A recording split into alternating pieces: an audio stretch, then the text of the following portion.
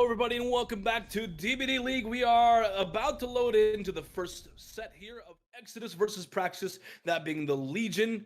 And it's going to be Exodus pick, so we're going to be starting off with Certify on the Legion here against the survivors of Praxis. Now, we've talked about it a little bit before in this last matchup, but Praxis is a new team with a lot of experienced players on it. It's the remnants of Nocron and Oracle forming together to create a new team, and they're coming in swinging already. It's a pretty solid team so far from what it looks like, and I'm excited to see them in action more often. That being said, Exodus is also a team that shouldn't be understated.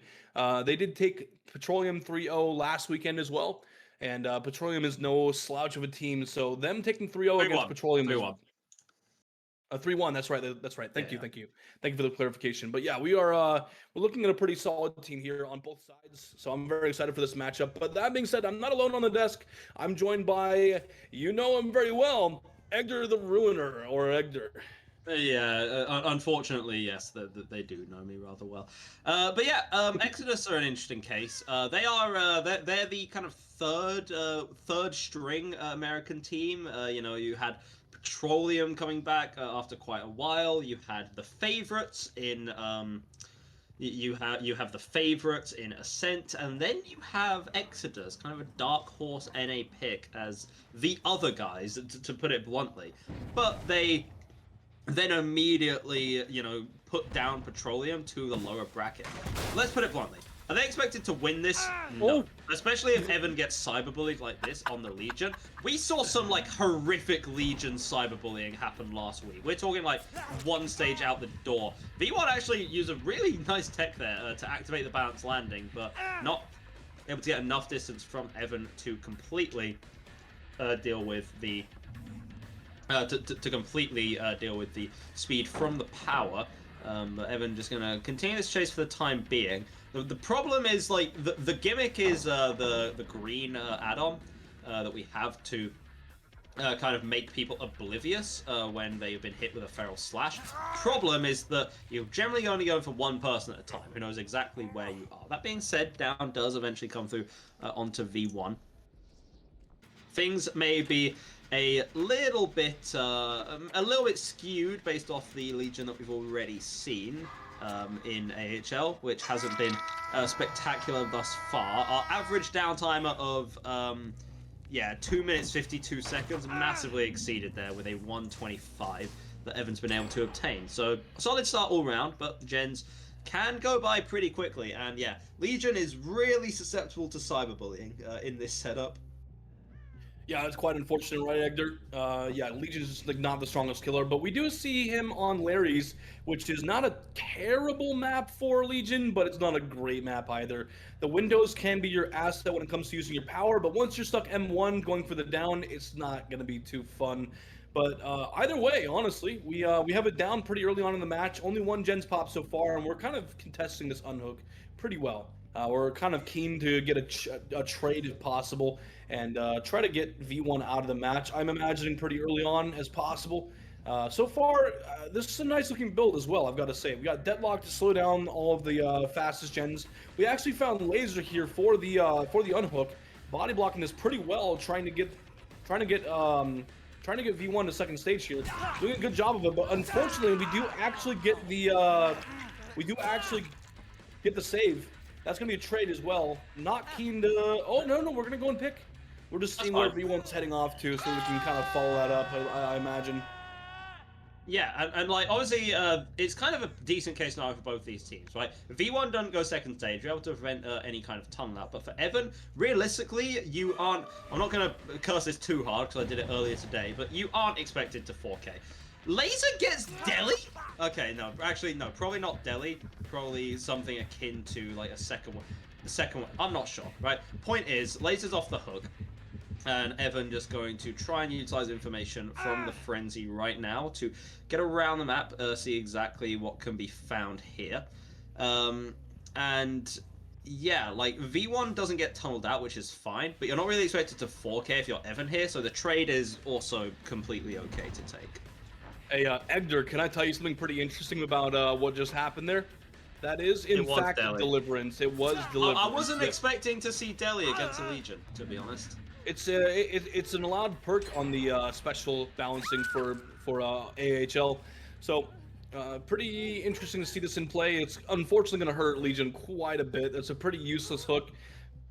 I mean, you do obviously get the hook stage, so that's at least worth something. But unfortunately, yeah, I mean, Laser's just off hook immediately. There's no real big bonus to having Laser on hook at all, because he can just unhook himself. So unfortunate for Evan, but we do get Zaka on hook. We're getting our stages up a little bit. We do find Laser as well, so he's pretty susceptible to a second hook here if we're able to catch up with him quick enough. We do have him zoned back into this corner here, but there's a pretty strong pallet here that can be played pretty well if we're unfortunately we're taking the down. So that's gonna be a second hook onto Laser. And yeah, we do get the save onto Zaka in the background as well. So our remaining 3 survivors are in fact up and moving around. I imagine we're actually going to be able to be on gens as well. So should be some good gen pressure. We do have another hook coming in. And yeah, solid build again. I didn't really highlight on it too much. But we have Deadlock to slow down the most progressed generator after a gen pops. Ruin to kind of just let things regress whenever survivors are not on gens. We have Pain Resonance to go ahead and knock a good chunk of progress off whenever we hook a survivor on a Scourge hook for the first time. And Wretched Fate, just delaying the obsession on gen progress by a pretty hefty amount whenever the first gen pops. So unless those perks are cleansed, Ruin and Wretched Fate will be having some pretty good slowdown on our survivors here. Absolutely, it will.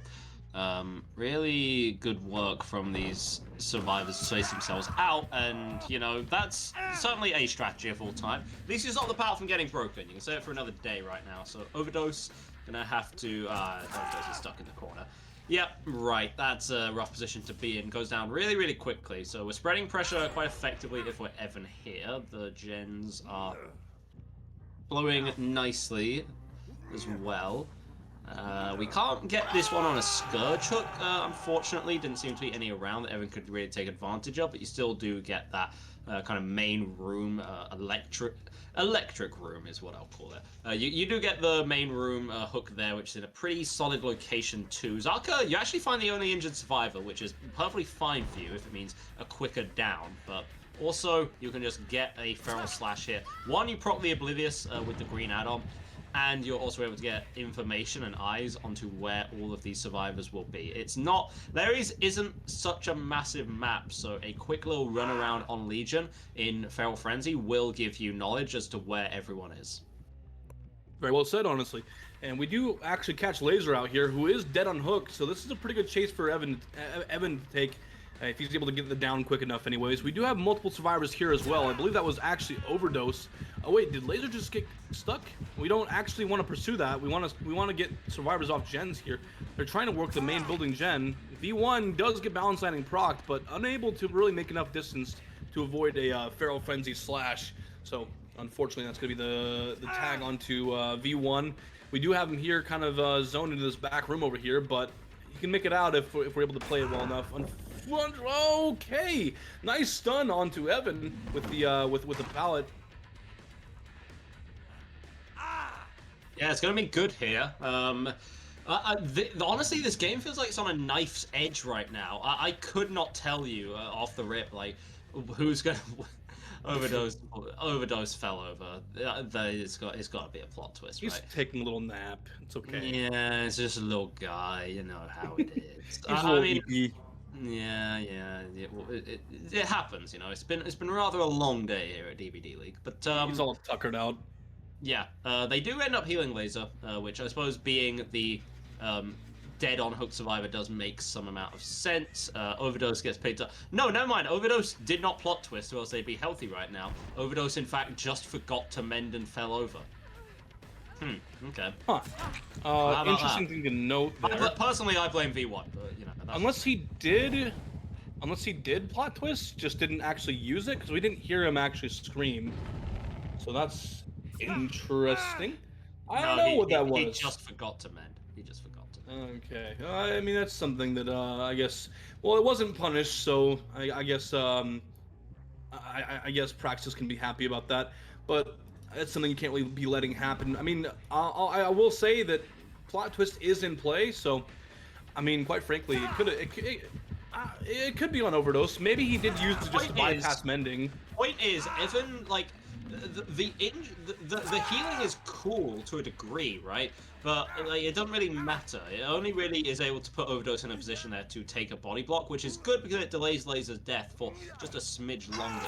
But also, like, this is proving to be a very good performance for Evan and Exodus as a whole right now.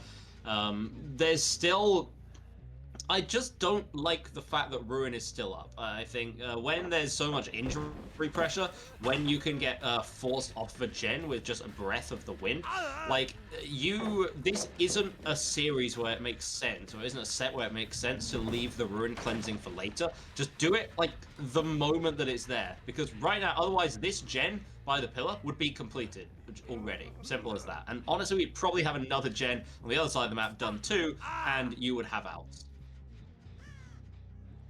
Yeah, I mean, things can definitely turn around for Praxis here. Not sure how practical it would be to see them be able to do that, but quite frankly, yeah, I love you too, honey buns.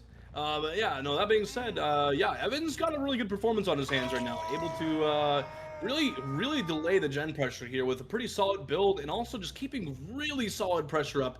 And we do actually find somebody here very close, trying to rotate for the unhook as early as possible, but we're actually not going to chase after them. We're going to leave, actually, and go find out who's on the gens right now. It looks like that was kind of a bit of a distraction tool being used by Praxis, but Evan's not buying it. He's actually saying, no, I know what you're doing. I know what kind of man you are. So he's he's opting to leave, and he's going to go pressure the gens. So honestly, Evan's got a pretty good mindset on him right now. Macro's very, very much on his mind, and he's using it very well at the moment. And again, we're healing up the survivors that are about to die. Still not sure how I feel about it, but, you know, any time, it has to be good time, right? We do catch V1 falling there. Evan remembering from earlier that V1 has the balanced landing, so preempting it, and basically with that is able to get an injury with the Feral Slash. Now we have V1 forced into a bit of a predicament. His power is not great. You drop it, and Evan should be able to play around it relatively easily, which is why we have Overdose here to body block. And now, it's making a lot more sense as to why we're healing survivors. Not to live for longer, but to body block. And unfortunately, V1 not going to be long for this world. One more generator did get completed in the meantime. But Overdose has to be careful to not also go down here, or else it will be basically a hard and fast 4K1. Yeah, it looks like things could really lean in that direction very soon. We do get the down on the Overdose. He doesn't actually follow in the pallet either, so that's not... Wait a second! There you go, Egdar. There you go. It's what you've been asking for this entire time. A firecracker save.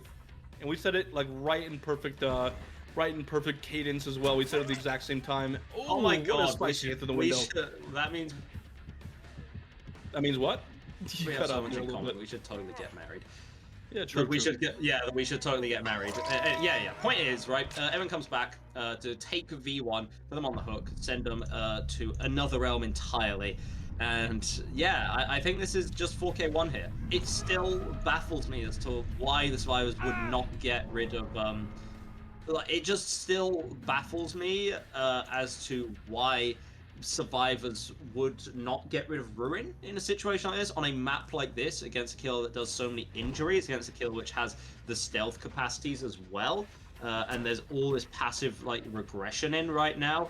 I think like that 20 seconds that you would have spent cleansing the room would have been really worth it. But also Laser could just juke the power entirely and stay completely healthy and harmless. Yeah, very well played by Laser, by the way. Just not giving a free tag by any means, and that's not easy to do against Legion, because Legion has a pretty free tag, a pretty free injury, honestly. And quite frankly, I think that the reason why Ruin wasn't cleansed is because most chases were taken right next to this Hex Totem. So we weren't really able to get any hands on that totem very often, and whenever they were, I'm sure they were probably interrupted. We just didn't catch them in the act of trying to cleanse it, but I would not be surprised if they did try. But Evan just really on top of trying to make sure that things go well for this match for him. We do get everyone injured once again. Laser's now in deep wound, so able to get some really good pressure on the board here. And we do see someone's actually near the totem again, but there's also a gen here, so it could have been on either at the moment. But that totem, if Praxis wants to get out of this match, that totem definitely needs to go, because that is plenty of free regression, and it will not stop at all until that totem is cleansed. The problem is that one of the alive survivors is the Obsession, who is also being actively harmed by Wretched Fate. So, like, you know, it's basically just curtains, I would say. You have the gens constantly regressing. You have the fact that one of your players can't even do gens properly, like they lost their arm or like they broke their fingers in a gen one time. Now they're really scared to work on it again, so they just kind of do a half-assed job at it from a distance. Evan's going to continue to get information, and right now, actually just cancels the power. It seemed like Evan was in a spot where it's like, okay, I have enough information to actually commit to a hit and a down onto Laser, but again, these chases can get away from you, so I do appreciate maybe some of the caution from Evan. With Zaka in this corner, though, surely you play around this pallet best you can and just go for the kill, right? Nope, never mind. We're looking at Jen It seems again. like, yeah, it seems like Evan wants to find someone else. It looks like he wants to maybe catch Laser out in a position where he can be down quickly. I imagine Overdose is probably one of the last survivors that Evan wants to get out of the match, just because he's slower on gens than everyone else is. So quite frankly, it surprises me that Overdose isn't constantly in Evan's face here, trying to be the one to take chase. And it looks like we're going to try to get Zaka in a position where he can be quickly downed. But yeah, I mean, Zaka's a very solid player, so I'm not going to let that happen very easily at all, that's for sure. And Laser also trying to contest this gen as well. They're both getting some decent progress as well. So, yeah, this looks like it could be pretty difficult to get the 4K1 here, but it's definitely not out of question because Evan is definitely pressuring things very well here, playing very macro intensive on this set. So. Macro is a priority here right now. It seems like we are seeing that. Again, like Evan is in situations where you could be committing to, like, you could be committing to down to your power. No, Survivor's actually going to stick this generator. Is this going to be wise? It is. Okay, they do complete the final generator, and because Zaka is relatively safe in another position here, Evan might not actually be able to get this 4K that we expected him to do so very well. It seems like I was wrong to speak earlier. The patience of Praxis is what got them these gens done in the very end. So for now, Evan, it's just a case of what scraps can you pick up off the floor. You know, Zaka would be ideal for you, but I don't think Praxis is going to give him away that easily. Very well said. And we do actually take live and get a massive amount of distance away from Evan here. So very good patience from Zaka to hesitate in using his exhaustion perk here. And we're going to close in on Zaka's location here. We make it to the God Palette. We actually get a stun on Evan as well. So that's pretty important for Zaka here to stay alive, honestly. And we do actually make it to the exit, which is pretty much open now. So we see 2 survivors out at the very least. Man, and Overdose makes it out too, makes it to the other exit gate. Same exit gate, excuse me. And Laser's kind of in the area. I think he might be waiting to get this same exit gate, or maybe Hatch if possible. Laser can get Hatch. The problem is Hatch is not guaranteed on this map. There's no way to force its spawn location. So Laser can just kind of hunt desperately for that. I think, you know, the perfect world is just get through the open exit gate, but you don't know about it. You don't exactly have time to grab the other one while you're here.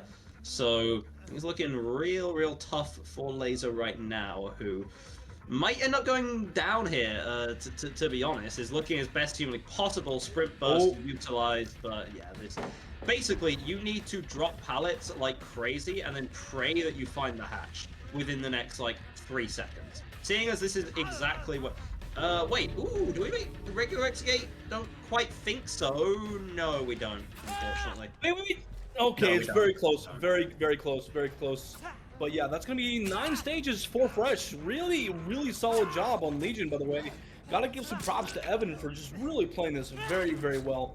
4K1 was looking very possible for quite some time. Just unfortunately was not able to get it. And our 2 survivors doubled the gen, and we're able to get that completed. So props to Praxis for popping all 5 gens and getting 3 stages out of the door. But unfortunately, yeah, 9 stages is pretty good on Legion, all things considered. that is kind of another kind of comparator I want to draw between these two teams right now is Exodus are like flush with their roster, right? Like they have so many players, and like I can see right now, all of their players are in their VC. They're ready to go. They can swap people out. Even though Evan is primarily the killer player, they have options for killer. They have survivors that can sub in if a survivor player is underperforming or is having a rough day. For Praxis, they just have the four. It's a damn good four, right? Like if I had to pick any four players and I was given, you know, Zaka, V1, Laser, and Overdose, I'd be pretty happy about that, you know what I mean? But that's still certainly lesser than, right? So it's likely that they're going to be having, honestly, Zaka just playing most killers. It's not like V1 doesn't also have the capacity to do so, but like if you have Zaka on your roster, then just, yeah, simple as that, right?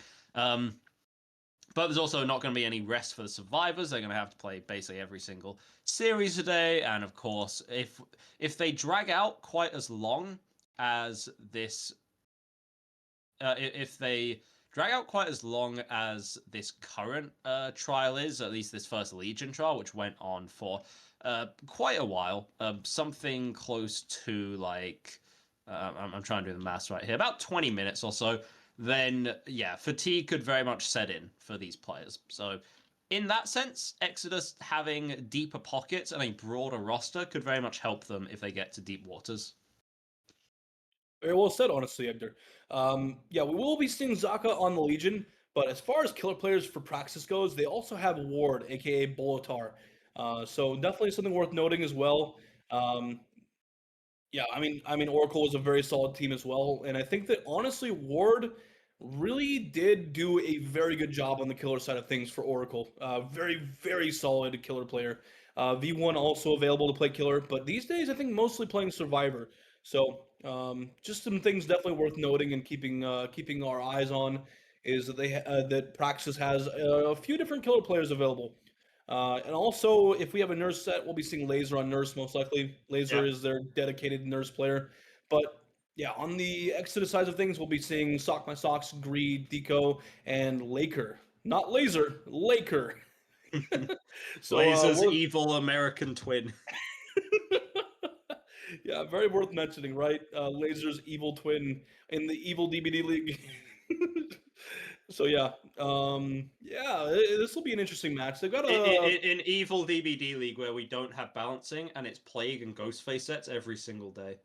oh brother, that sounds like fun. And also, every single singularity set's a 3-gen on DDS. So In uh, fact, we force survivors to have no perks, and we force the killers to bring along 3-gen perks. I love evil uh, DBDLeague. It's so great. oh yeah, it honestly is. So Zaka's got a bit of a win condition ahead of him, right, Egdar? That's going to be 10 stages for fresh. It's almost entirely a 4K. Not going to be easy to do, but Zaka is a very, very strong killer player. So I'm honestly very much looking forward to this. That being said, Exodus really has to carry this Survivor side here. And I mean, honestly, quite frankly, I'm here for it. I'm ready to see them do something pretty solid on the Survivor side. Now, earlier you mentioned that Exodus was like a bit of a dark horse team for the American region, for the North American region, anyways. Um, I think you're right. I think you're 100% right in that. I think they're a bit of a sleeper team. I think people are expecting them to not be as solid as they actually are. And honestly, I'm here for it. I'm ready for some more teams to kind of start taking up the top spots in competitive DBD. Now we'll have to see how Exodus is going to do, but like on the killer side of things, I would say that Evan did quite frankly very well. I'm pretty pleased with his result on Legion.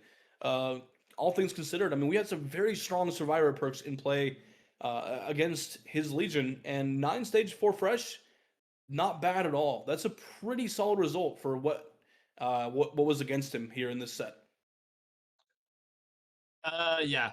Something else. I was criticizing the players for not cleansing the totems, and as it so turns out, we updated the rules last week, where in a Legion set, before the rule was that you couldn't cleanse until the first gen was completed. Now you can't cleanse hexes for the entire trial. I was stupid.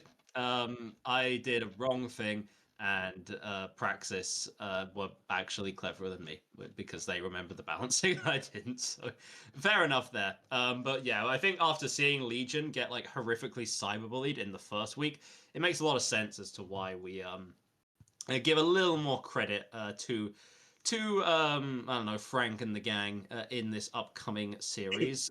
Exodus are going to have a damn tough time to deal with because on account of the uncleansable totems, look what Zaka's going to be bringing in. It is the #1 ruin of, though we do have ruin, the #1 ruin of any team which is not allowed to cleanse a totem, Devour Hope. Put it like this, if Zaka downs like 3 people, the game's over. Which is, you know, a hell of a thing to say, but also it's the correct thing to say. Yeah, this is a pretty spicy build, right? We're going to be not only regressing gens whenever survivors aren't working on them, we're also going to be slowing down the obsessions gen after the first gen pops. And on top of that, if we're able to get some unhooks while the killer is away from the hook, far enough away anyways, yeah, we'll be fueling up Devour Hope. Which, if you're not familiar with it, because I'll explain it because I know we have a lot of, we're getting an influx of a lot of newer players, not just newer to competitive, but also just newer to DBD in general. Thanks to the support from Behavior. Shout out to Behavior for that, by the way. Devour Hope is a perk where once you get 3 unhooked while the killer is far enough away from the hook for all 3, all survivors become permanently exposed. And if we get to 5 stacks of Devour, all survivors once down for the first time, or once downed, can be essentially killed on the spot by the killer's hands. They can be mortied. So, yeah, it's a pretty spicy perk to bring in once with this rule set, not allowing the survivors to cleanse any totems at all. So that's a little bit scary for Exodus here. This might be a down actually pretty soon. Yeah, we're not gonna make a pallet here. Whoa, okay. I'm gonna force the locker grab. At least that's something worth some time wasting here. So, well played by Sock My Socks. We're actually gonna put him in basement, I think. Is this gonna be a basement? It's gonna be a basement hook. That's... Oof. Right. So, what do we do here, ladies and gentlemen? Because Zaka, not only was Zaka able to get like a pretty good first down here, right? But also, it's in the basement is where the hook is of course going to vacate premises immediately to get value from Devour Hope. And also, another thing I want to point out is everything that we see from Legion players in competitive is using the power to get a quick injury onto someone and then power to break a pallet and then go home, right? But this time you actually use it to get several injuries, which is, you know, good pressure onto the survivors, which they will eventually have to reckon with, right? Zaka does have to be a little careful of sticking too close to this hook. The problem with the basement and its central location is that if you are too close when someone is unhooked, then you just don't get the benefit from Devour, right? But I feel like Sock My Socks has been hanging on the hook for long enough, and Zaka knows this, and so is just going to stick around, right? Is there the potential play that Exodus think that Devour's in play and therefore just kind of refuse to run hook? Actually, no, that would be a terrible idea. Or at the very least, wait until the killer is nearby to get the unhooks. Yeah, very true, very true. We're actually going to get a trade here, and that's before Sock My Socks was able to go second stage, so that's at least something worth noting. Also, a credit to Exodus here is the fact that the down actually came in later than last time, where last time was 1 minute 25, this time it was 1 minute 45. So not so bad for Exodus, delaying that first down a little bit longer than last time. So not terrible at all, not terrible at all. I'd say that things are looking a little bit better for Exodus right now than Praxis, but at the same time, I'm a little bit worried if Devour Hope is able to start getting the ball rolling here. Oh! Who even needs Devour Hope when you can just, you know, slam a pallet onto Laker's face like that? You know, it's pretty good. Deco able to... That's why they said Deco in for the trade. Has the deliverance, and so able to get themselves off the hook for that. We have 3 sages accrued onto 3 separate survivors. Crucially, a deliverance unhook does not count as an unhook for the purposes of Devour Hope. So, you know, the big perk, which we were so worried about and talking up for so long, the survivors, whether by accident or whether by sheer brain power, have completely circumvented its value. Very true, very true. We do get some more Feral Frenzy tags here. If someone cleanses soon, if someone mends soon, then we can get maybe a couple more hits and potentially even a Feral Frenzy down, but we're not going to see that. We're actually going to go and willingly fatigue here, and now survivors can mend without any worries, and we're actually going to see that kind of in full first with all three of them mending right around about the same time. And Lakers sitting on Gen right now. We're trying to catch out who might be coming for the unhook, but at the same time, we're also trying to get the ball rolling on Devour Hope. And that's probably, honestly, as big of a game as we talk of Devour Hope, we might not be seeing too much of that actually in action here. Exodus kind of maybe unknowingly countering Devour Hope here. Yep, as I was saying before, we are going to get the first stack off Zaka. Had to fight for that one. Took 3 hook stage to accrue even the 1 stack, but you know, every survivor exposed will be a hell of a thing, especially if the survivors are healing each other up now. And then it turns out that in a short while that will be worth completely nothing. This is the most awkward palette in the game for both killer and survivor. It is simultaneously, I find it simultaneously the strongest and the weakest palette at the same time for both sides, and Zaka proving exactly why it is the strongest for his side, which is whatever side Zaka's playing that day. So able to get another hook stage onto Deco. Remember, you don't necessarily need a 4K for Zaka, but like you do need like 10-11 stages, so it is all but a 4K that you need right now. And it looks very much achievable, at least for the time being. Very, very much achievable, actually, yes. Very well said, honestly, Egdar.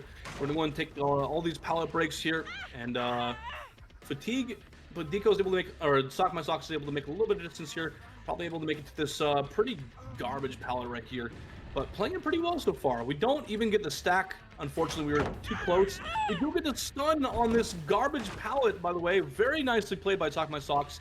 No stack of Devour Hope coming in either, so we're just not really getting too much going in terms of Devour Hope. So honestly, I don't think Zaka's playing around it anymore. I think after the fumble in the early game, where like you thought that you could camp out Sock My Socks to second stage and instead Deco gets sent in and then that's a hook and you can't get the stack. Zaka's like fine if those stacks accrue, but isn't directly playing around it anymore. We're just playing a bit more traditionally, including going straight through the pallet. And actually that means Deco's dead. And you enter, no one's going to be able to get to that pallet in time, and they're not even down on the pallet. So we're entering a really fast 3v1, which, you know, not being able to murder every survivor immediately, it kind of sucks. But being able to get one out early on, you know, that's kind of fine as well. True.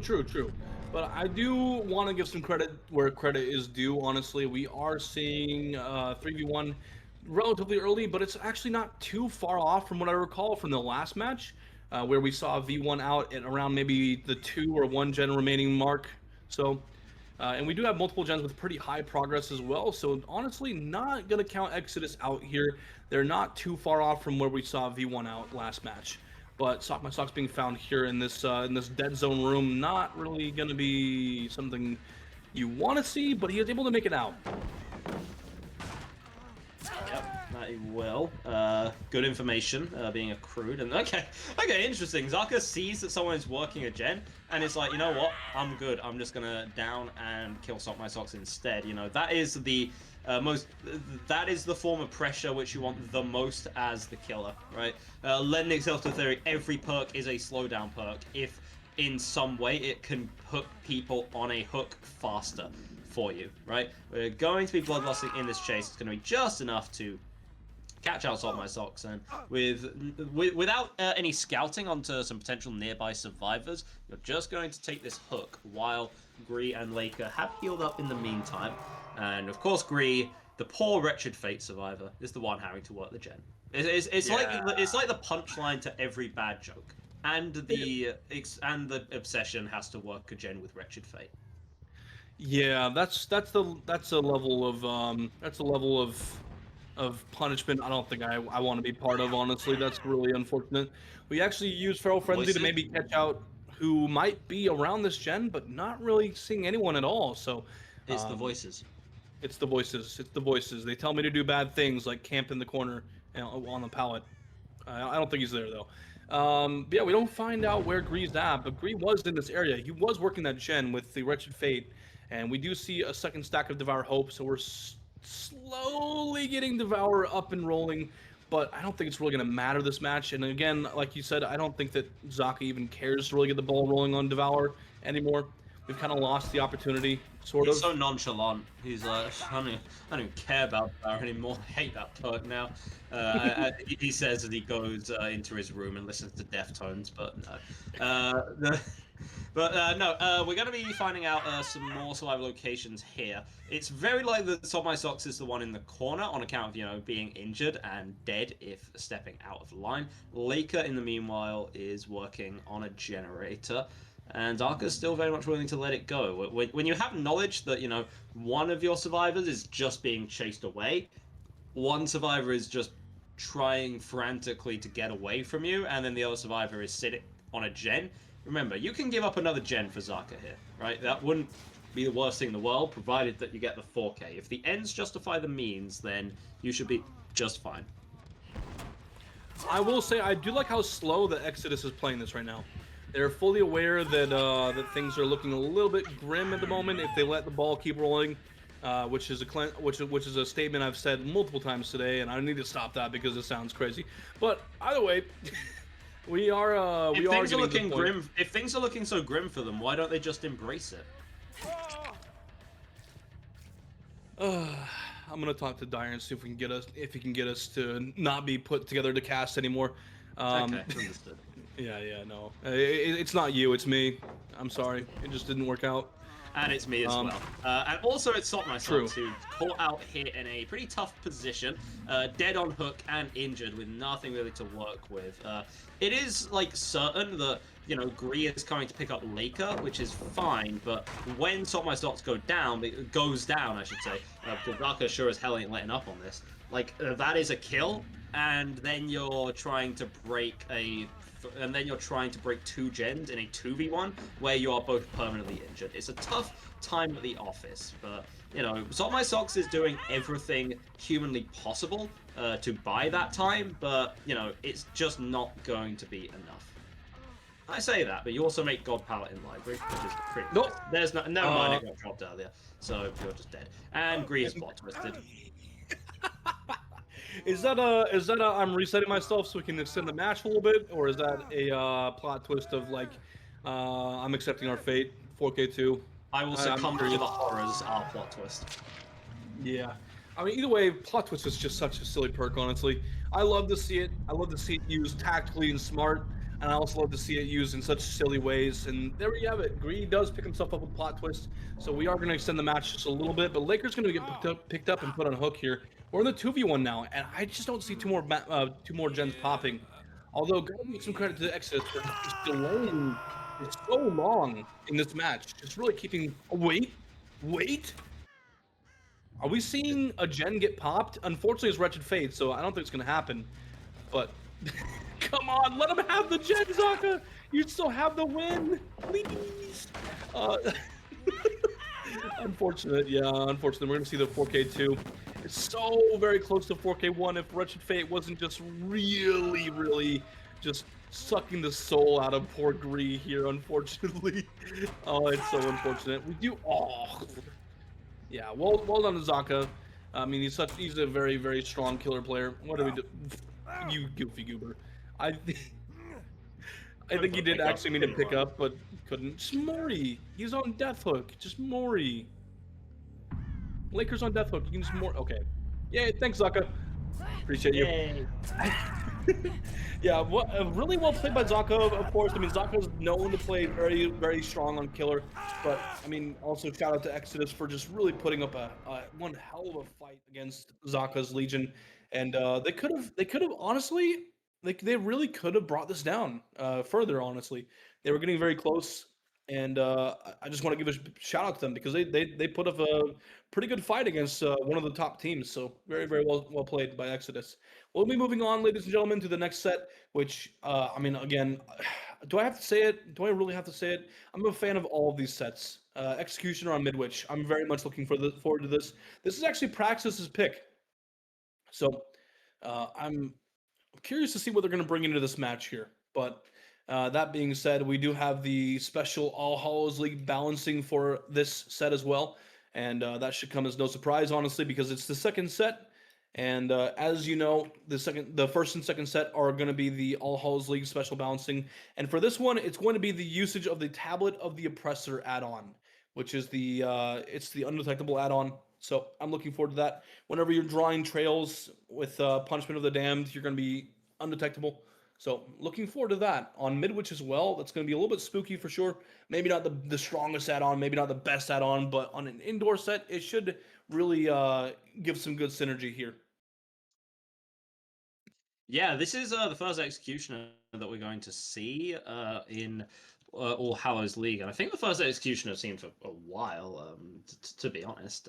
Executioner brings an interesting dynamic, mostly, yes, with the power, but like we see a lot of killers with short range anti-loop. That's not the main point. It's with the it's with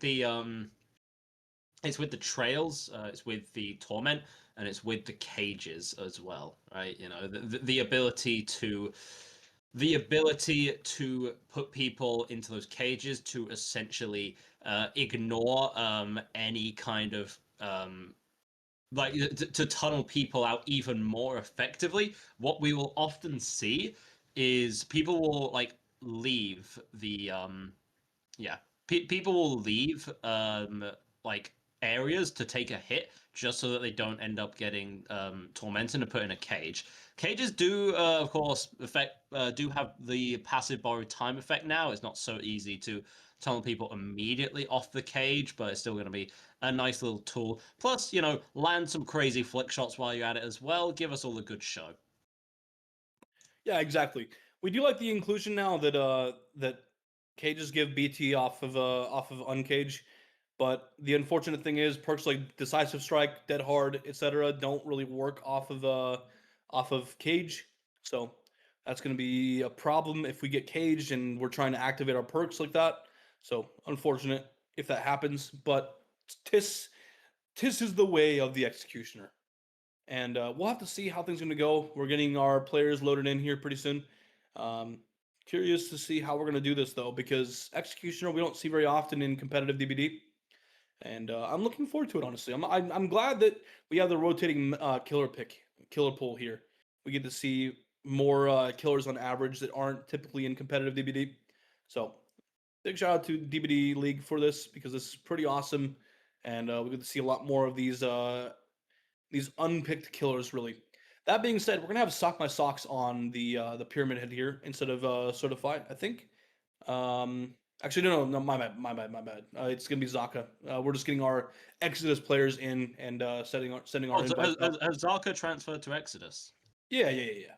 Okay, how much money? Because I mean, he did have a really good Legion performance, so fair enough. How much money did they offer him? I want to say at least maybe $3. At least a Kit Kat bar, maybe, possibly Yeah, two. somewhere around there. Inflation, man. It's unfortunate, but that's just how it is these days. Inflation really eating away at these bargain deals. You know what I mean? But yeah. That being said, we are getting our survivors loaded in. We have Deco, Sock My Socks, Gri, and Slama on the survivor side here, and Zonka is going to be coming in on the killer side. I think that's what it looks like right now, anyways. Um, yeah, this should be pretty interesting. This is Praxis pick, so we should be seeing something pretty interesting here, I imagine. Yeah, and the problem for a matchup like this is I feel like the predictions were going to be quite one-sided. On paper we have a 4K2 versus essentially 4K0 result on the first map on the first set in favor of Praxis, which is of course fantastic for them, and they're able to go over to Pyramid Head now. Which is their pick 2. Like this, it feels like Exodus are fighting against everything, right? If we're being blunt, I don't think they were expected to get here. You know what I mean? I think people were really banking on Petroleum going through here, knocking Exodus down to the lower bracket and setting up that kind of super match with a team like Praxis, but no, Exodus are the ones who are here. The problem is, like, it's all well and good to get a single upset victory. That's cool, but you have to maintain that momentum. I don't think that any team comes into a DBDLeague tournament content to play fine or content to be a decent to good team. You know what I mean? I think, like, if you're here, that means that you want to win and you should be aiming to compete with the best of the best. The problem is that sometimes you actually have to play against the best of the best, and that can be utterly terrifying. Yeah, I would say so. And Praxis is a very, very solid team. So yeah, I would say that they're in the top league of the teams here for sure. Honestly, I'm really looking forward to this, quite frankly. Yeah, we're loading into the executioner set here pretty soon, and I'm curious what the result's going to be because this is Praxis' pick, and yeah, I'm very interested because Executioner is not very often picked in DBDLeague or competitive DBD as a whole, honestly. So we'll have to see how this is going to go. Honestly, I'm very interested in this though, because I was a fan of seeing competitive DBD Executioner sets, especially when watching DBDLeague in the past. I know we saw them a lot in the winter circuit before, and season 9, season 8, etc., in the past. So looking forward to this. Definitely looking forward to this. We're looking forward to a lot of things today, aren't we? Well, which is crazy because we're very much nearing the end of the day. This will be the, to put it bluntly, this will be the biggest.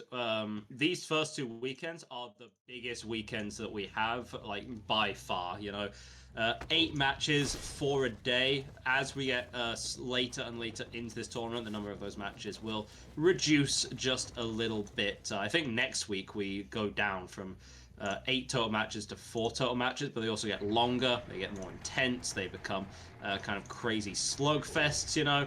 So, Zaka immediately, actually just kind of read Slammer like a book there, no problems getting a hit like that. It was kind of a lane that Slammer was forced into, but, you know, Zaka sees an opportunity like that, takes it, and is just fine. And so now you're kind of looking forward to taking Slimer out of the game as soon as humanly possible. Did Slimer actually drop here? Yes, okay. Yes. Zaka's not crazy. Yeah, definitely not. But yeah, we do get some good distance. I believe that actually Slama had balanced landing. Does dodge out that that punishment of the dam there. Was able to dodge that out, so that's pretty good. Delaying this chase a little bit longer is definitely going to be necessary. But ooh, nice pot shot there, just not landing. Unfortunately, kind of zoned Slama into the back corner over here. But if we can keep dodging these pot shots, that'd be great for us, honestly. That's going to be a down, though. Nicely played by Zaka. So we do get that down. Slama's going to be first hook. Probably going to go for a pain resonance. We do have agitation to help us make it there a little bit quicker. And it does give us a little bit longer of a walk duration while carrying. So that's nice to see. We do get that, we do actually get that pain resonance as well. We're going to kick the gen with eruption. So getting some nice regression on the board here in favor of Zaka. And our 3 remaining teammates are going to be cranking gens right now before they go get the save. Solid fundamentals there from Zaka, which is generally... It's a little different with like a punishment of the damned attack because there is a small, very small telegraph that the survivors get. And there's also the potential they just kind of walk into it. But again, you don't move your crosshair to the survivors. You don't move your shot, so to speak, towards the survivors. You just leave it there in the middle of them, wait for them to walk into it. That's what we saw at the end with Slammer, of course. Was in the corner, so it's not going to be worth a ton necessarily, but fine regardless. And yeah, we're content to get another punishment of the damned hit onto Salt My Salts, who then drops to the low ground and is barely able to get that unhook off. Actually, no punishment of the damned attack actually went off there. A really strange one for the Zaka to have to deal with. But you have the survivor in the corner, going to be down and can be put on a cage with no drama. Of course, is a fresh hook, so could opt to put it on pain res instead. But like again, even if you get the cage effect, even if the BT is still there, and so tunneling out immediately is hard, the sheer speed at which you can get a hook stage on someone is always going to be worth it. Ooh, nice dodge out from Deco as well. We see him try to fake the window, forcing Zaka to send the send the punishment of the damned, but quite frankly, it missed. So very good for Deco there. We do not land that either. Another nice dodge from Deco as well, taking our distance when we can. And we're kind of at a blind area here, so Zaka can't really see much of anything. So it's going to be another miss as well. We do get the pallet down as well. And we're going to go on path right back over to this other pallet. And we might see a hit now. Nope, maybe not. We're just going to take an M1. We do have him tormented as well, so as soon as we get him down, we can put him in a cage as well if we want. But yeah, that's unfortunate right now for Deco. But we do actually leave him alive, so that's at least something. Yeah, I feel like Zaka may be getting a little impatient with some of these shots here. I think the idea of the power is best you can is to use it as a zoning tool. Of course, it's not the hardest thing to dodge out in the game with the telegraph from the survivors that they so get. So Zaka's still very much hunting, could end up actually having a bit of a rough performance here on the Pyramid Head, which wouldn't be something that we expected because this was Praxis's pick, of course. Obviously, we'd have to wait to their survivor side, see whether they picked it for the sake of their killer player or the sake of their survivor team instead. But Zaka being forced in a million directions here, and the survivors are taking a advantage of a big pyramid of a big weakness of pyramid heads, which I suppose having a mass pyramid on your head can be a weakness, but the lack of mobility. Zaka can't really contest these gens by any way other than simply downing and hooking survivors on Scourge hooks, right?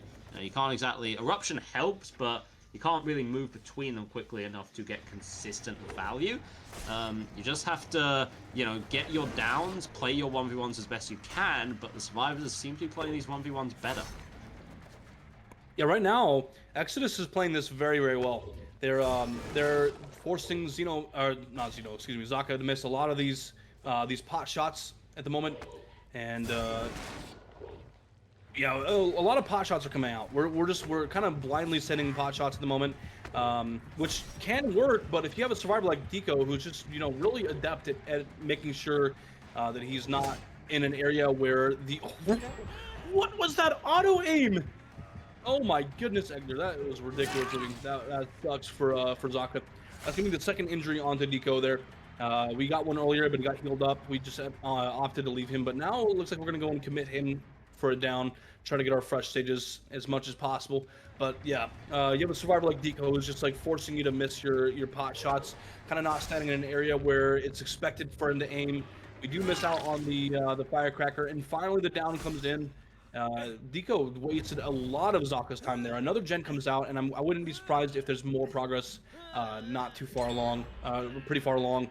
We do see a 4th gen pop as well. All 5 gens pop for the price of 3 fresh, Egdar. That is wonderful for Exodus. No final judgments are going to come out here. Exodus doing a fantastic job in their chases, and yeah, I to put it bluntly, I think Zaka was getting super impatient with the power.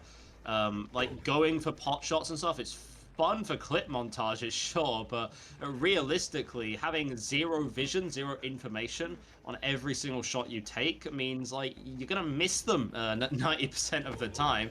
Having no idea where the survivor might be, having no idea where to go necessarily.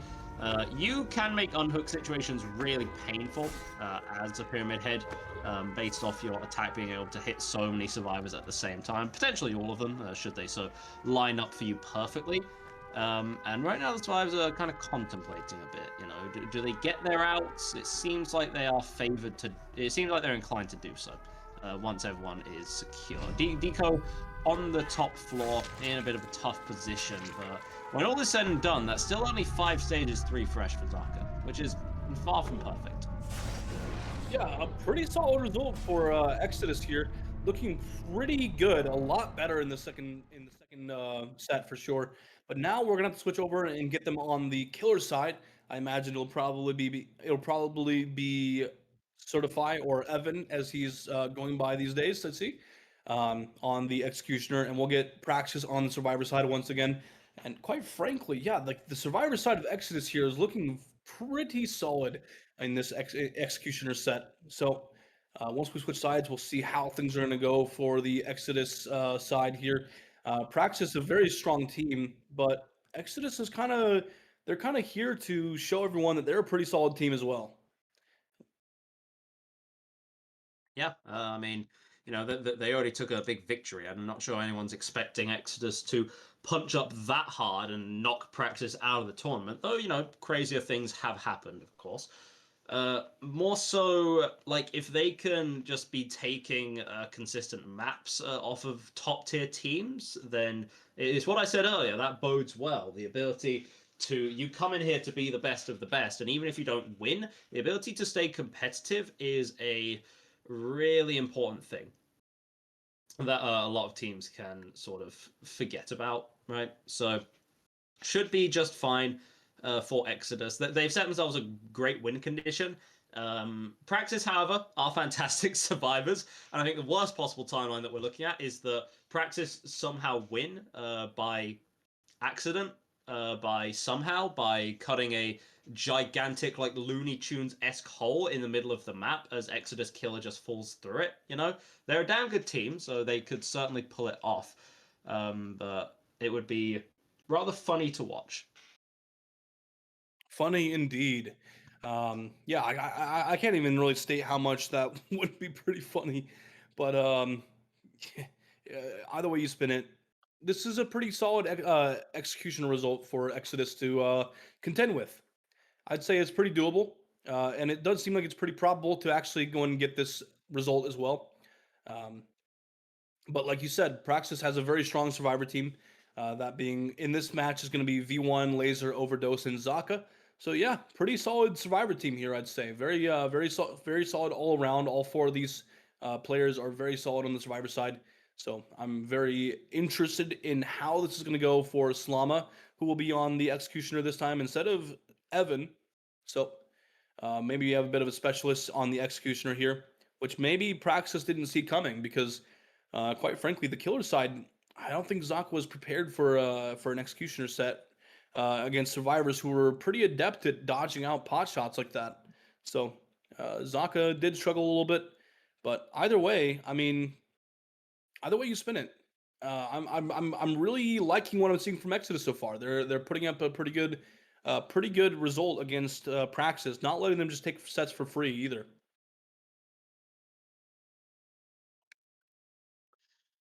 I'm kind of surprised as to necessarily maybe why Praxis went for this choice. It just didn't seem like a kill they were particularly comfortable on.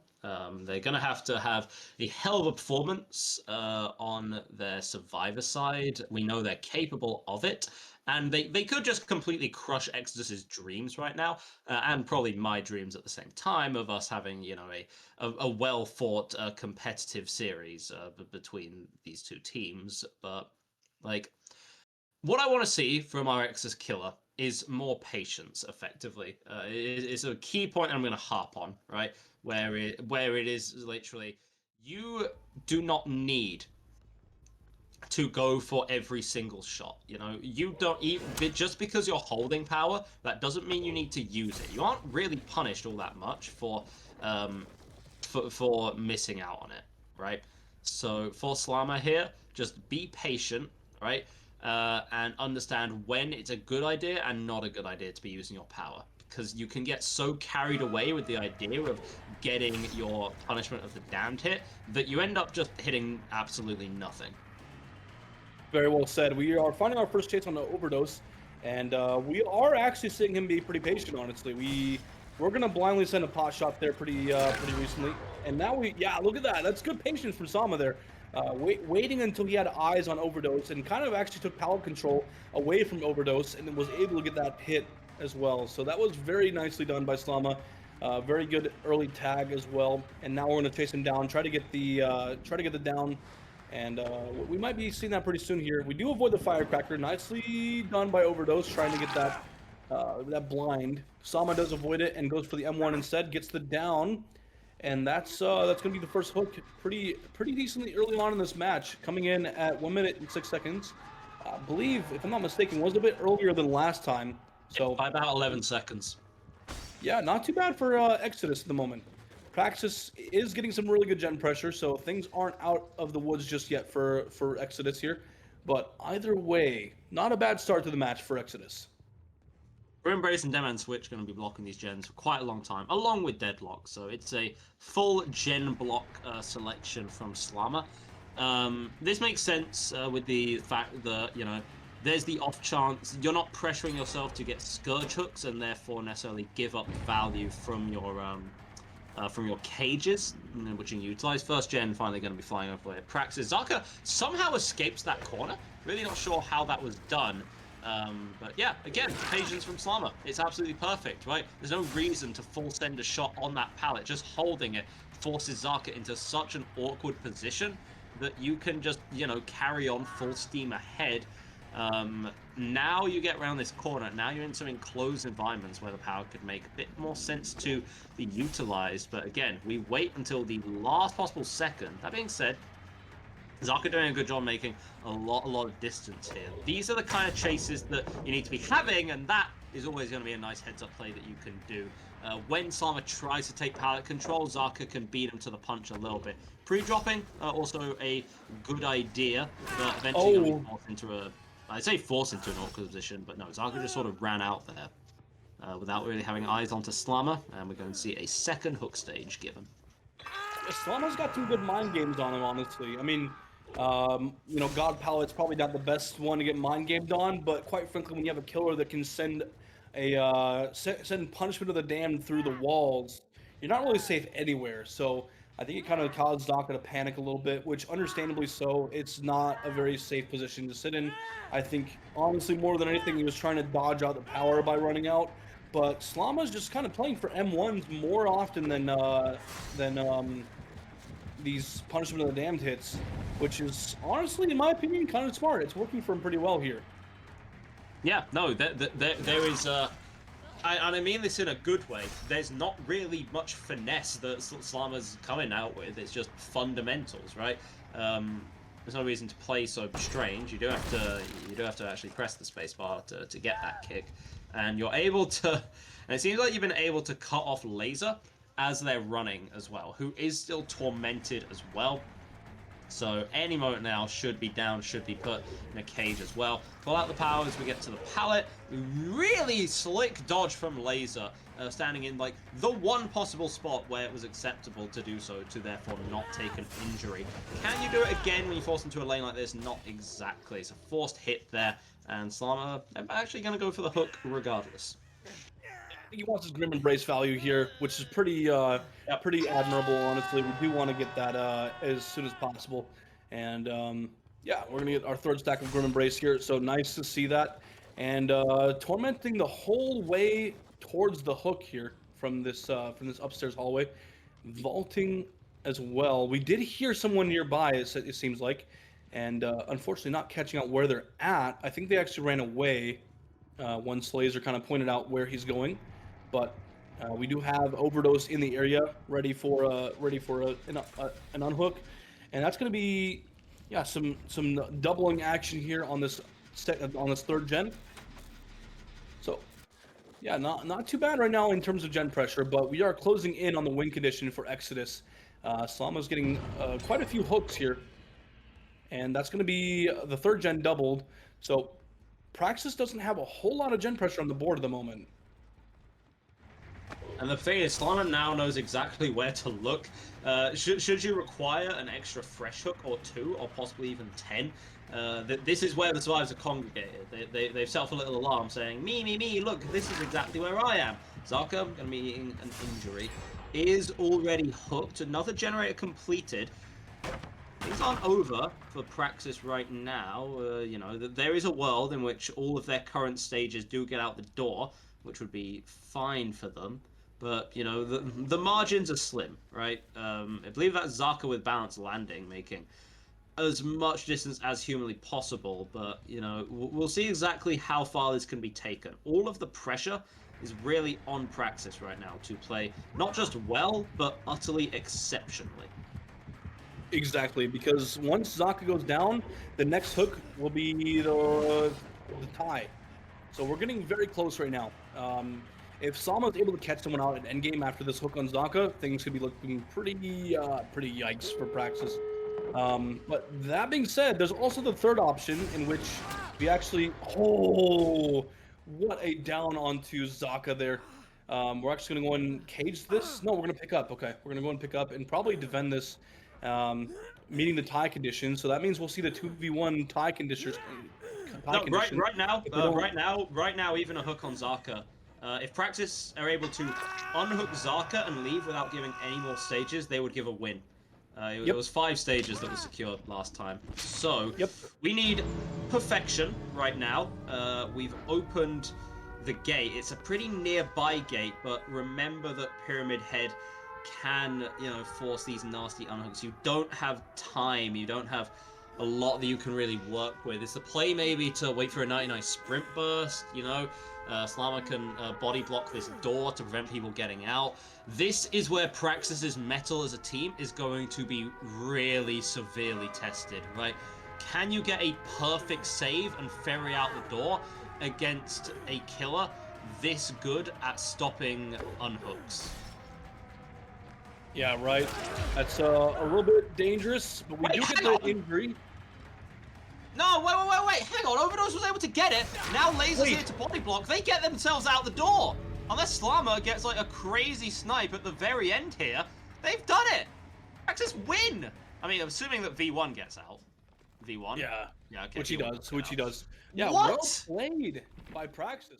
That was going from a pretty solid result for Exodus into a perfect endgame unhook situation for Praxis. They pulled that back very, very hard, and my goodness, yeah, Praxis is definitely still showing everyone they're a top team. They're definitely here to remind everyone, hey, we are still in the running for one of the top teams here, and we're not going to give any sets for free. So yeah, really well played by Praxis. Exodus is looking really promising though, competing with this top team here.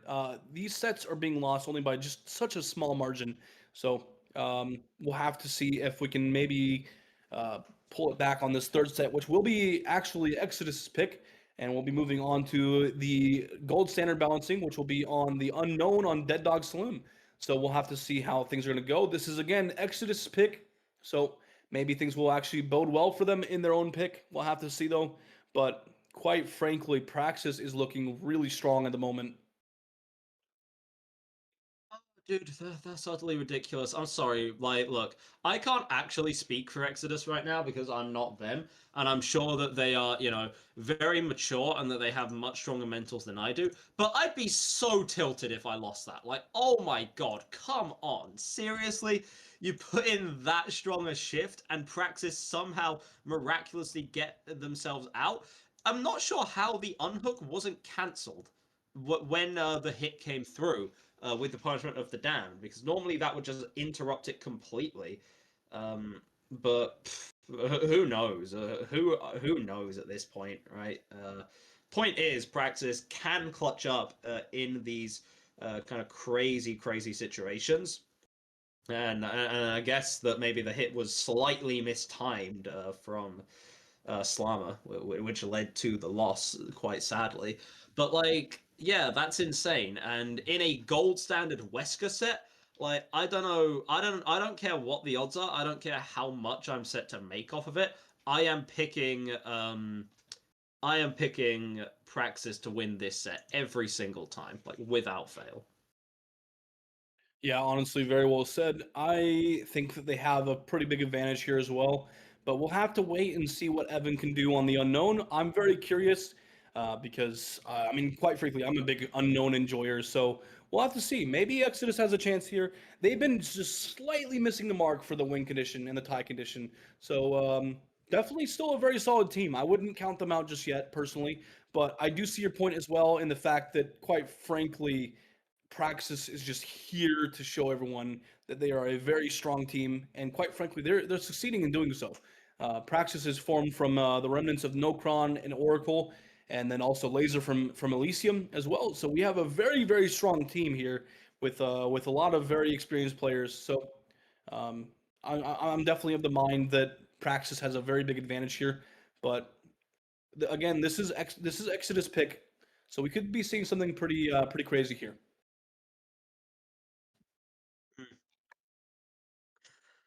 Yeah, that we could.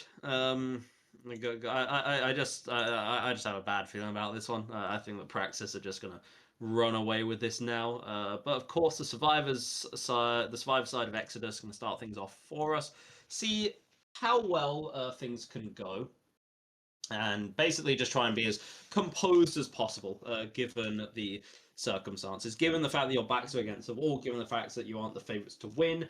You know, why let that affect you too much, right? Yeah, exactly, right?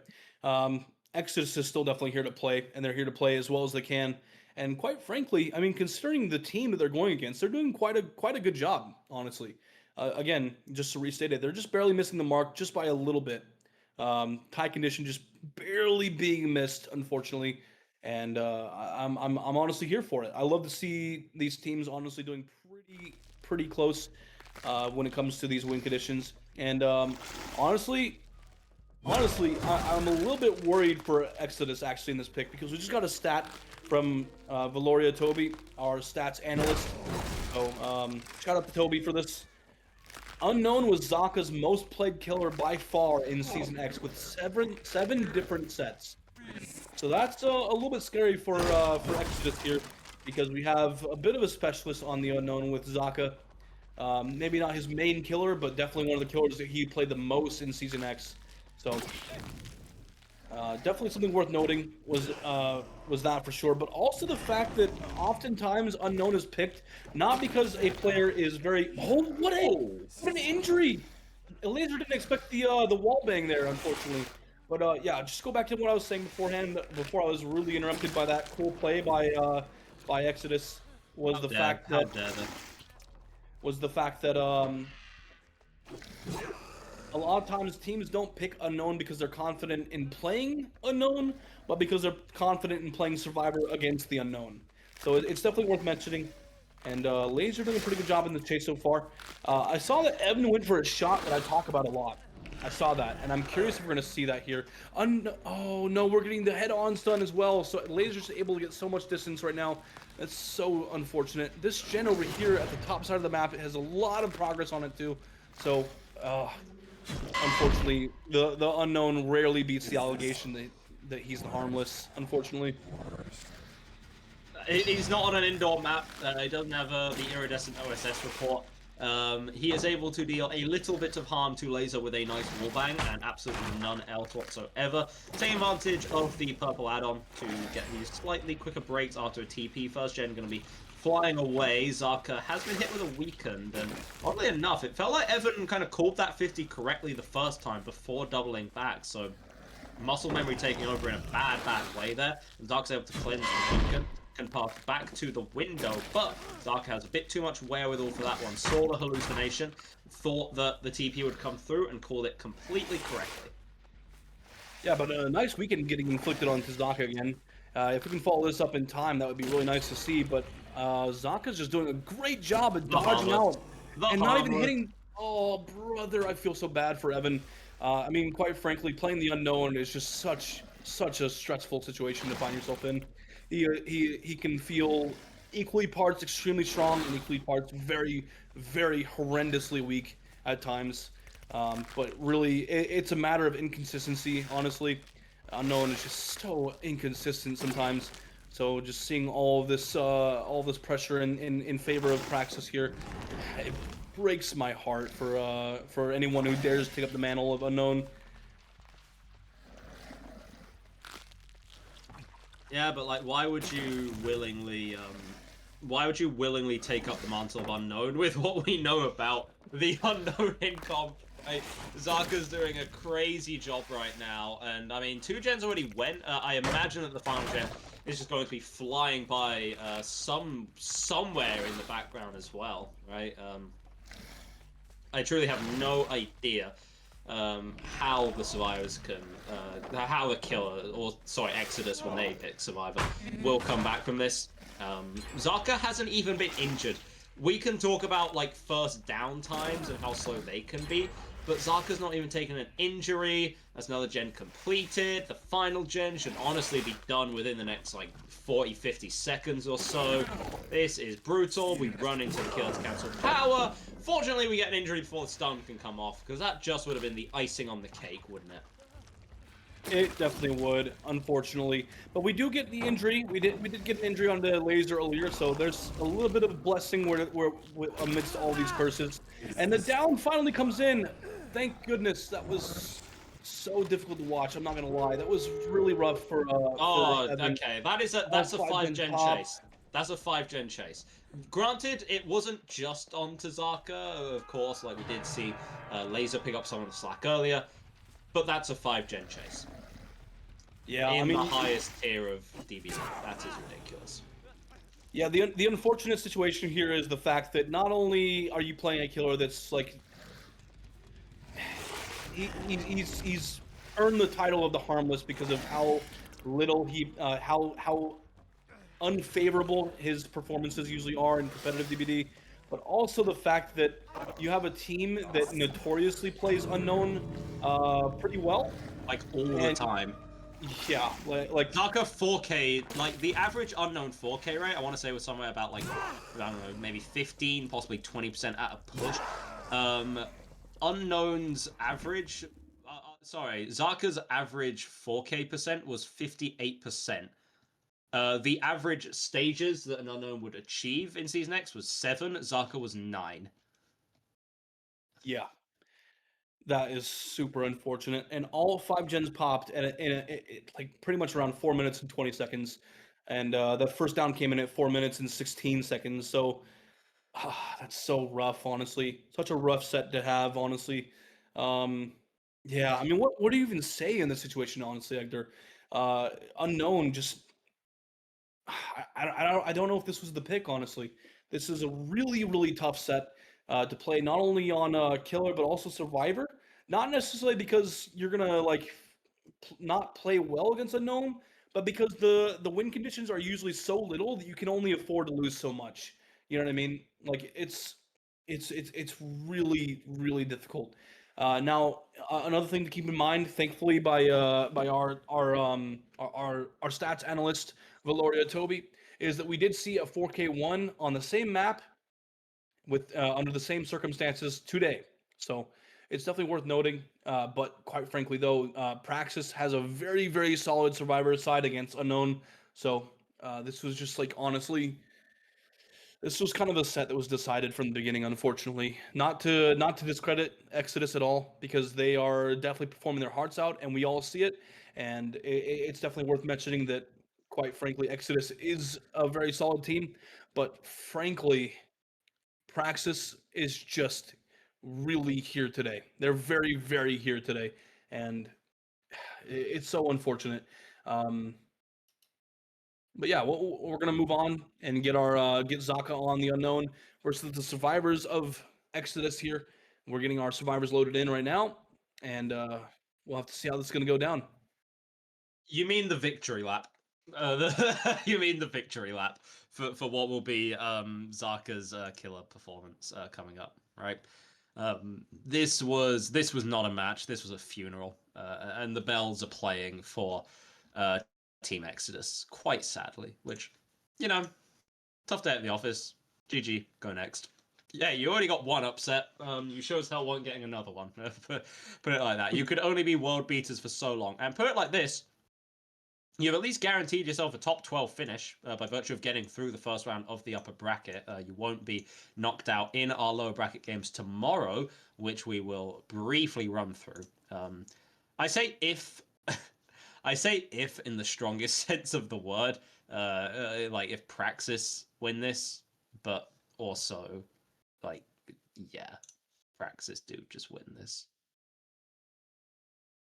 Yeah, I mean, you can have a very solid Survivor side against Unknown, even considering that it's Zaka, but I don't think you're going to be able to delay a singular two hook stages coming in against Zaka's Unknown. You know, especially considering that we are on Dead Dog Saloon now instead of Wrecker's Yard, which Dead Dog Saloon is honestly, in my opinion, a better map for Unknown than Wrecker's Yard was, just because there's so many different areas you can get UVX to be utilized in better situations for the unknown. So, with all that being considered, honestly, I think this is honestly going to be lights out for Exodus here, unfortunately. But again, like you mentioned, they're not going to be knocked out just yet. They still have some opportunities in the future, and we're just going to go ahead and commend them for putting up a hell of a fight against a top team here. Praxis. Hear me out. The evil, because we're evil DBDL today, right? Hear me out for this timeline. Exodus get out with 0 stages. Okay. Or hear me out. They do give 1 stage, but it's just the one, and then they win the tiebreaker 2v1, and then they come back and reverse sweep the entire game. You know what? I like where your head's at. Tying every other set and winning the tiebreaker 2v1s, because they're just really good at 2v1s for some reason. I like where your head's at. I'm honestly here for it. I'm ready to see what we're going to be able to pull off here on Exodus' side. We can't count them out just yet, but this is going to be a very, very, very tough ask for our Survivor side of Exodus here. You have to avoid giving 2 stages. That's going to be way easier said than done because, I mean, Zaka is, I mean, for all accounts, he's basically an unknown main at this point with how much he played unknown in the in Season X. So, yeah, we'll have to see how we're going to do on the Survivor side here. But again, yeah, we can't count Exodus out just yet. They won't be knocked out of the upper bracket from this. But at the same time, yeah, this is just a tough ask. But tough asks aren't undoable. So you know what? We're going to hold our breath here for the first time in DBDLeague. We're going to hold our breath here and maybe see what Exodus can pull out. We do have a Steve. We do have a Steve Harrington on board. So maybe we can do something pretty crazy. We'll have to see. Yep, that we absolutely do. Yeah, okay. Right. So, well, so what can we possibly say about this right now? Nothing, unfortunately, is the sad answer and the sad truth that we're being faced with. I wish that we could speak more about what we'll see, but we just can't. Sometimes a wordsmith runs out of words, and then he's just a smith, and that's kind of boring. I will do you a favor, and I will take the reins here on what's going to need to happen here, okay? We're going to need to see a very impressive Survivor side from Exodus. Now, I'll say very impressive or like god tier, you know what I mean? Pretty much god tier. This is a favorable map for Unknown, in my opinion. I am an Unknown main, so I do have, I would say, at least somewhat of a credible opinion when it comes to Unknown and how he plays. And I'm very aware of how difficult he can be. Very nice pot shot, but it does miss onto Brandon, who is playing the Steve Harrington. And we're going to go and get some more pot shots. Unfortunately, just not landing, even with the verticality update onto the Unknown's look angle when launching UVX. So unfortunate for Zaka, but only the better for Exodus here for not letting those land there. We do get some very good distance as well. So we're playing this pretty well, I'd say. A nice UVX application onto Brandon, and we're actually going to go and get a hallucination here. So. That's just going to kind of actually help out Zaka here, getting a hallucination here in a good spot. And we're trying to see where Brandon's been off to. Do see some scratch marks leading up to the front side of main building, and kind of just keeping our eyes on the hallucination for if Brandon actually paths back into that hallucination. So far, not a whole lot. Okay, that's dangerous. Wait a second. We do miss the UVX, so that's going to be a UVX cleanse onto Brandon. So really good pathing for Brandon so far. No live, no balance landing, so to speak, just yet. But we'll have to see. We do get UVX onto Brandon again, and we're just going to go ahead and go around. Maybe head on. We do get head on, and the UVX misses as well. A blind onto Zaka as well. So far, Exodus is playing this actually pretty as well as they need to right now. We don't get UVX cleanse just yet. We do miss though, so thankfully Brandon does get cleansed before that's able to happen. And M1 does come in, and we're at a kind of safer area, so to speak. Yeah, there's so much that survivors can work with in that area. We actually end up leaving it to go back to main building. And yeah, for survivors, like, you need to have people come in to tank hits. You need to have some kind of like insane miracle happen. That's why Gree is trying to be so obnoxious right now. At the very least, can you cleanse the weakened? You're not going to be able to do so. And now there's nothing really stopping Brandon going on this hook. Who's here to try and get the flashlight save? It is Gree, and it's just not going to be achievable. Zarka knows where it's at, doesn't want to risk anything. There's no basement, but, you know, you take a pain resonance. We don't wiggle, surely, here, right? Right? Okay, we do get that hook stage. So that's the Tycon. What else did you want to talk about? Can we get Gree down quickly? I mean, Exodus did a fantastic job of laying that first down for quite a long time. You know, like the first down wasn't quick in the slightest. It was 2:06, but you know, 4 minutes. 4 minutes is what we're dealing with, right? We're in about half the time, and you know, Gree able to cleanse the weakened again, but it's just a matter of time for Dark to be able to get something, anything out here onto the Exodus survivors. Yeah, definitely worth mentioning, right? We do actually miss out on that UVX. We do get the injury as well, an M1, and Brandon's been unhooked. So now a little bit risky in terms of getting tunneled out, but the gen pressure has been pretty okay so far. Probably needs to see a little bit better than we have right now, but quite frankly, we're still in the tie condition, and anything can happen in this set, but it looks like, okay. Something might have happened in this set. Something might have happened. Yeah, unfortunately, it looks like it's going to be the second hook, which marks the win condition for Praxis. Exodus did a phenomenal job delaying it as long as they could, though, but unfortunately, we have a very strong team that the Exodus is facing up against, so they're not able to really get this down to tie condition for the rest of the match. So well played to Praxis, getting the 3-0, and well played to Exodus for you know, putting up a hell of a result against a top team. Definitely got to commend them for that, but unfortunately that's going to be the loss for them today. But I will say that I did like what we saw. I did like that they put up one hell of a fight against Praxis, a team that was definitely expected to win, but honestly, the margin that they did it by was pretty impressive by Exodus. Yeah, that they did.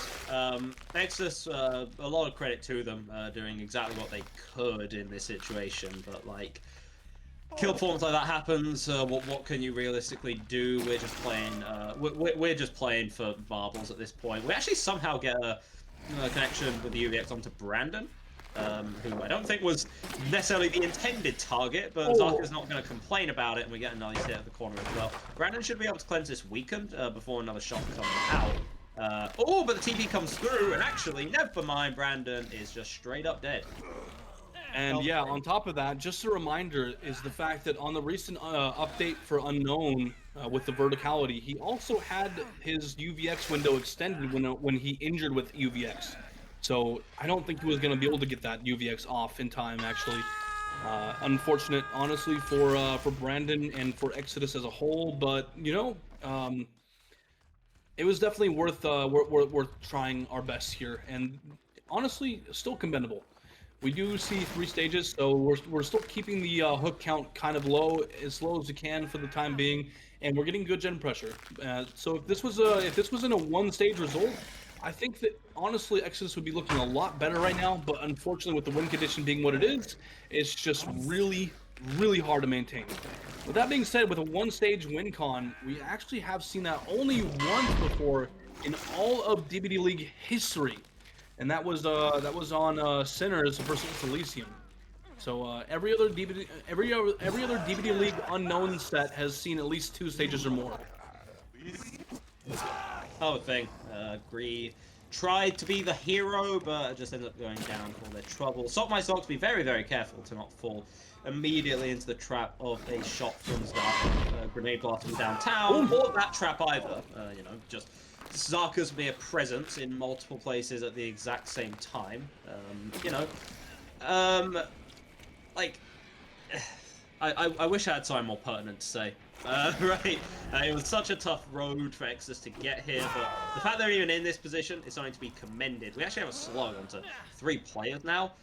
We will just take the kill onto Brandon straight up because, you know, why the hell not? Keep padding the stats for us, Zarka. You know, inflate the Unknown's 4K rates single-handedly, please. You did it for all of Season X. surely you can do it for AHL as well, right? Yeah, very well said. Honestly, I'd love to see Unknown performing a little bit better in competitive DBD. Zaka does expect head-on in his blocker, trying to bait it out, but unfortunately does tank it. So that's gonna be a head-on onto Zaka's Unknown, and unfortunately, the Revenge M1 comes in right after, and we get the down on Degree. So that's gonna be the third fresh hook coming in.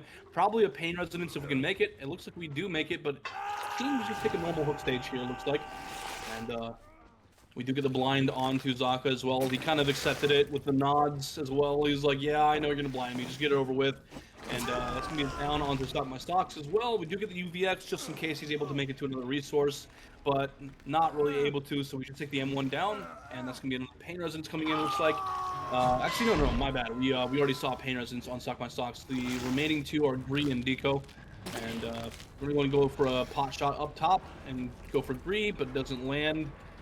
Yeah, I mean, like, honestly, Egdar, I think it's kind of rough right now for Exodus, but they're doing the best they can. I can definitely see that, and it's definitely worth mentioning that,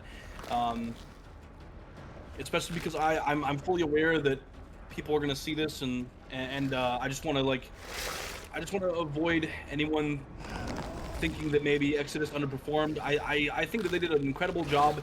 They're just facing a very strong team. And there's not really much you can do when you face a team that has so much history in competitive DBD. It's quite frankly very unfortunate, but I'm really proud of Exodus and how well they performed today. They were almost meeting the mark on all three sets, and once they unfortunately lost the set, they it is what it is. You know what I mean? You're like Also, a proud Zaka. dad. I am a proud dad. I'm honestly a very proud dad. I'm happy to see another NA team come in swinging, even if they do miss the mark a little bit. I'm pretty happy to see that competitive DBD is pretty present in NA and doing pretty well. I'd say Exodus has a pretty fair shot at beating, honestly, quite a few teams here in AHL. But unfortunately, Praxis is just not one of them. They're far too experienced. They've been around the scene for way too long. They're very solid, and yeah, there's not really too much of a chance. I think a lot of other teams in DBDLeague's All Hallows League tournament would fall to Praxis, honestly. Hell of a thing, right?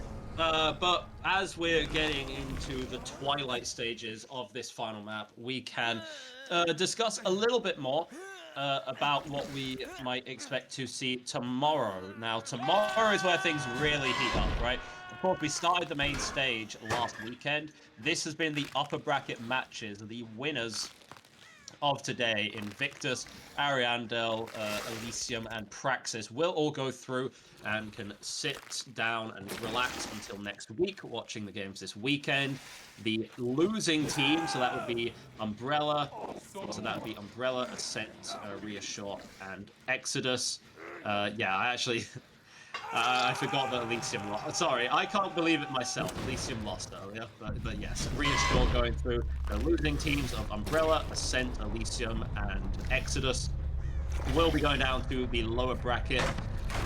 Next week, they will be facing off against anyone from the lower bracket that plays tomorrow. That could be Sorrow, Catalyst, Pain and Vix, Desperate and Mercy, and Orison and Petroleum. So tomorrow's stream, basically, we see people finally get knocked out of the tournament, right? It is where, to put it bluntly, there will be dreams that go to die, and teams will permanently be banished from the top 16 of All Hallows League. It's a rather brutal thing. But of course, congratulations to Praxis on their victory here today, and commiserations to Exodus.